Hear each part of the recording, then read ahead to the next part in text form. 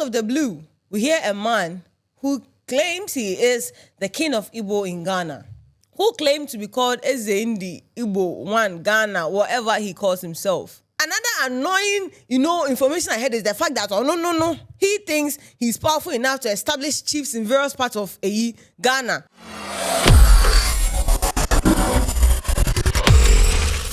When we hear of Ghana, the whole world knows that Ghana is a peaceful country. Ghana is a very hospitable country. And the fact that Ghanaians, we really appreciate and we humbly accept foreigners in our lands.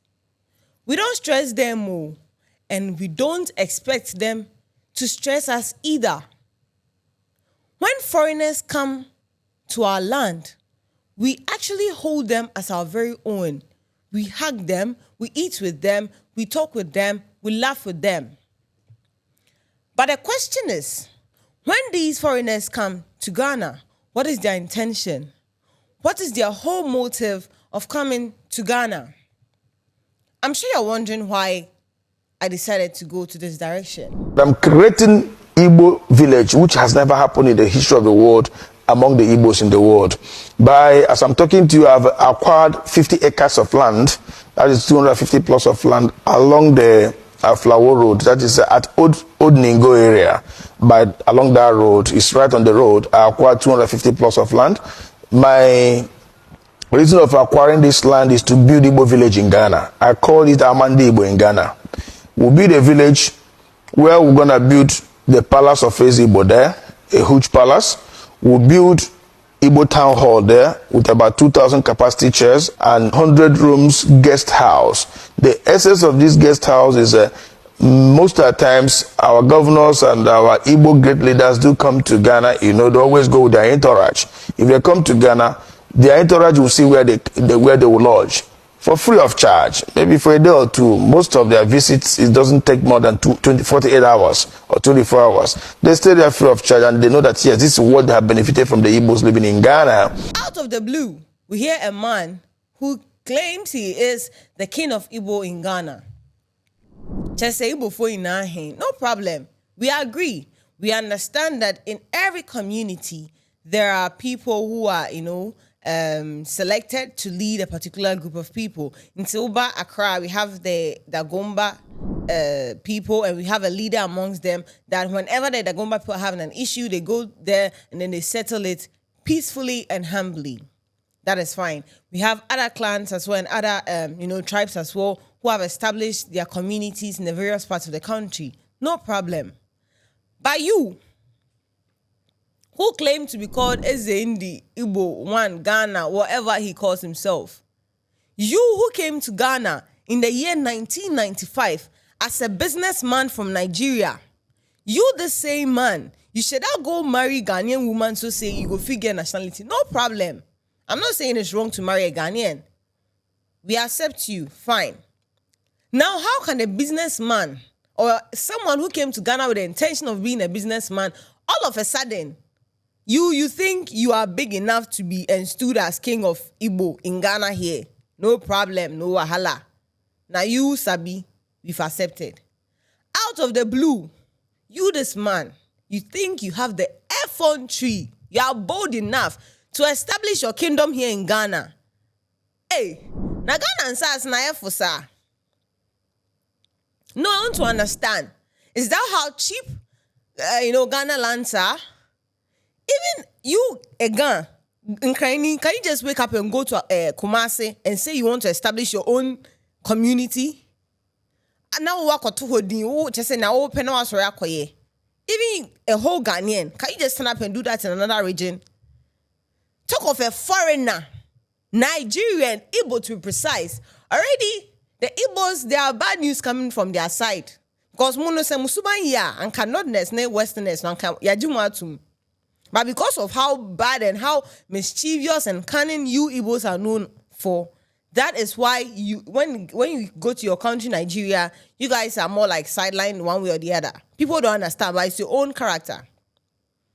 It's like joke. We are all laughing about it. But low-key, this is something serious we all need to frown against.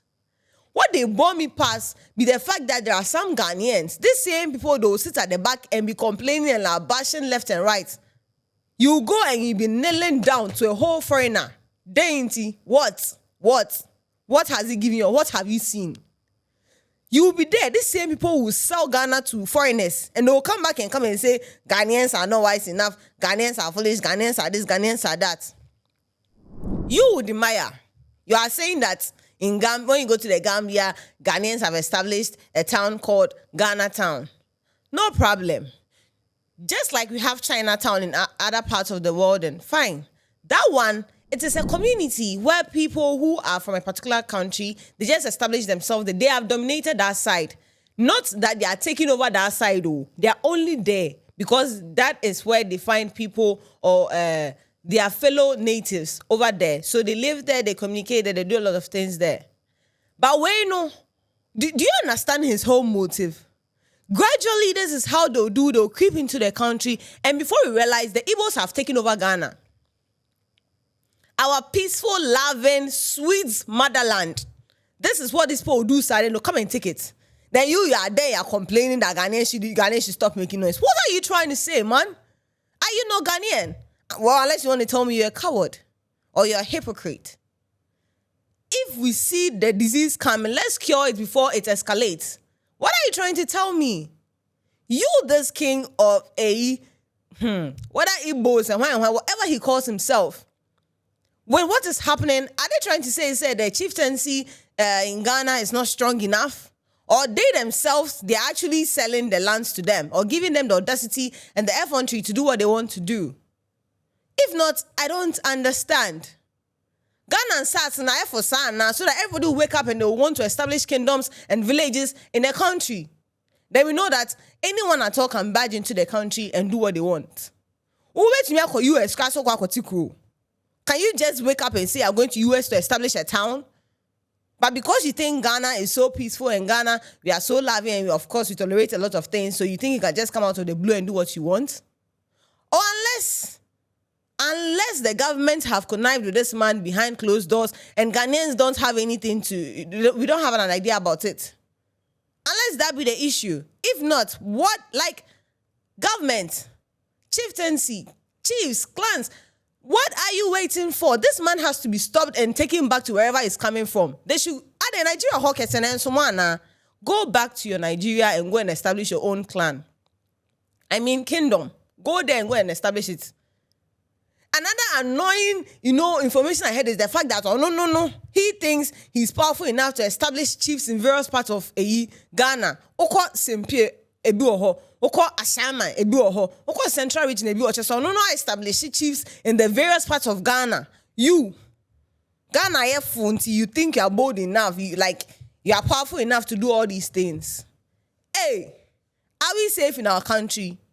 In 1983, you the same Nigerians, you sacked Ghanaians, claiming that we are the cause of your economic crisis. We left your country. You said Ghana must go. We too, in 2025, Ghanaians are saying Igbos must go. We no go agree. If you know what is good for you, you either drop that crown of yours and go back to your country or keep quiet and do your business here peacefully.